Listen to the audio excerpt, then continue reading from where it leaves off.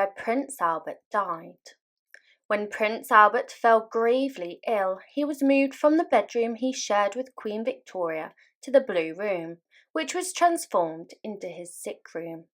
This room, adjacent to the White Drawing Room, one of the most opulent salons in Windsor Castle's private apartments, was named for its blue silk damask wall coverings and matching curtains. On the evening of Saturday, the 14th of December 1861, Princess Alice summoned her mother back to the Blue Room, where Prince Albert was suffering from typhoid fever, or, now today, known as Crohn's. Queen Victoria, realizing the end was near, was at his side when he passed away at 10:50 p.m. Years later, in 1872, the Queen vividly remembered the moment. 2 or 3 long but perfectly gentle breaths were drawn, the hand clasping mine, and all was over. I stood up, kissed his dearly heavenly forehead, and called out in a bitter and agonizing cry, "Oh, my dear darling," and then dropped on my knees in mute, distracted despair, unable to utter a word or shed a tear.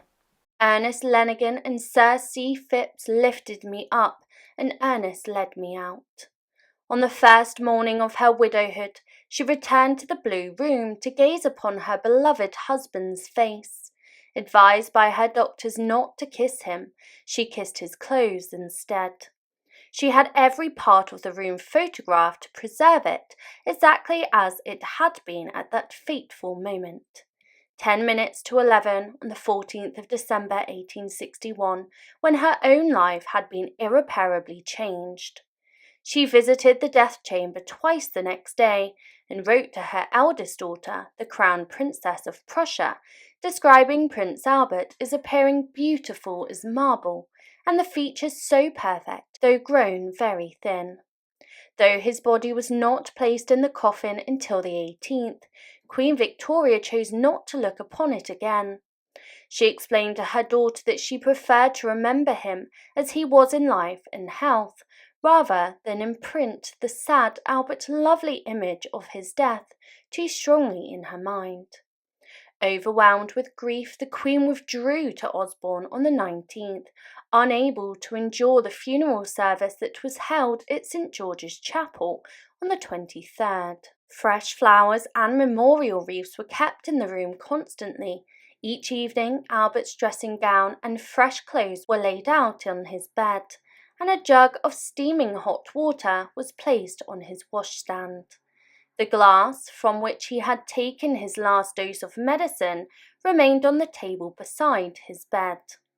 On his writing table, his pen rested upon his open blotting book, ready for his grasp.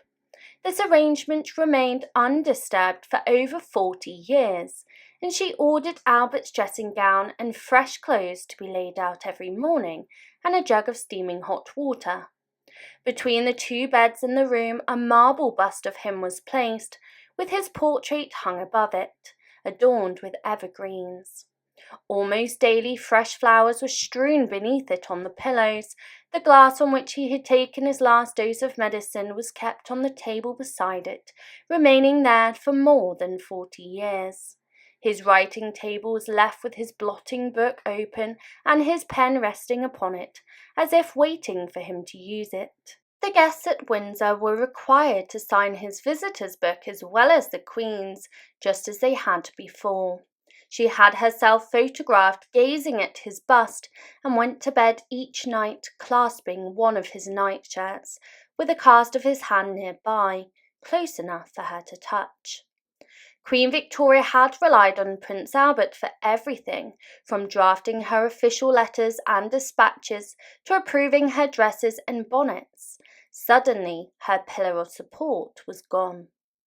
In the early days of her widowhood, she displayed moments of extraordinary composure, recalling Prince Albert's advice at her mother's death that she should control her feelings and not dwell on her sorrow.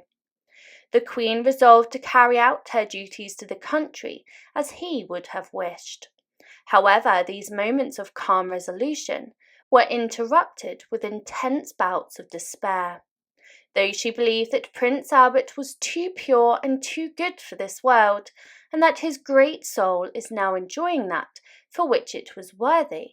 At times she felt that to live without him is really no life, and in these moments of anguish, her only wish was to follow him soon. She found solace in the conviction that her husband, still living only invisible, continued to watch over her, and that they would meet again in their eternal real home. Demonstrating her resolve to treat him as living, Queen Victoria ordered that Prince Albert's private rooms at Windsor, Balmoral, and Osborne be maintained just as he had left them, as if he was still there. And when Lord Clarendon visited the Queen at Osborne in March 1862, she spoke on various subjects as usual, and referred to the Prince's sayings and actions as if he were only in the next room. It was hard to believe he was not there, but in his own room where she received me, everything was set out on his table, his pen and blotting book, his handkerchief on the sofa, his watch running, fresh flowers in the glass, just as I had always seen them, as if he might walk in at any moment. Every night Prince Albert's clothes were laid out. A jug of hot water and clean towels were placed in his dressing room, as though ready for use. Yet the truth was starkly revealed by the coloured photograph of his corpse hanging over his side of the bed in each of the royal residences. Queen Victoria also kept casts of the prince's face and hands, made by the sculptor William Theed by her bedside. Though she could not bring herself to look at the death mask, knowing Prince Albert had found such things distasteful, the cast of his hands comforted her, and in moments of despair she clung to them as she might have held his hands in life. The numerous painted and sculptured portraits of the deceased prince, which Queen Victoria commissioned, also provided her with solace, serving as a vivid reminder of her belief that her husband was still watching over her. By the end of the 19th century, the fabric furnishings had deteriorated significantly, becoming faded, frayed, and even rotted, necessitating replacement. During Queen Victoria's absence, the hangings were secretly replaced with new silk that had been meticulously faded to match the originals. This ruse relied on the hopeful knowledge of Queen Victoria's greatly diminished eyesight. Fortunately, she never noticed the change. After her son Edward VII ascended the throne, he had the room completely redecorated to serve as his study.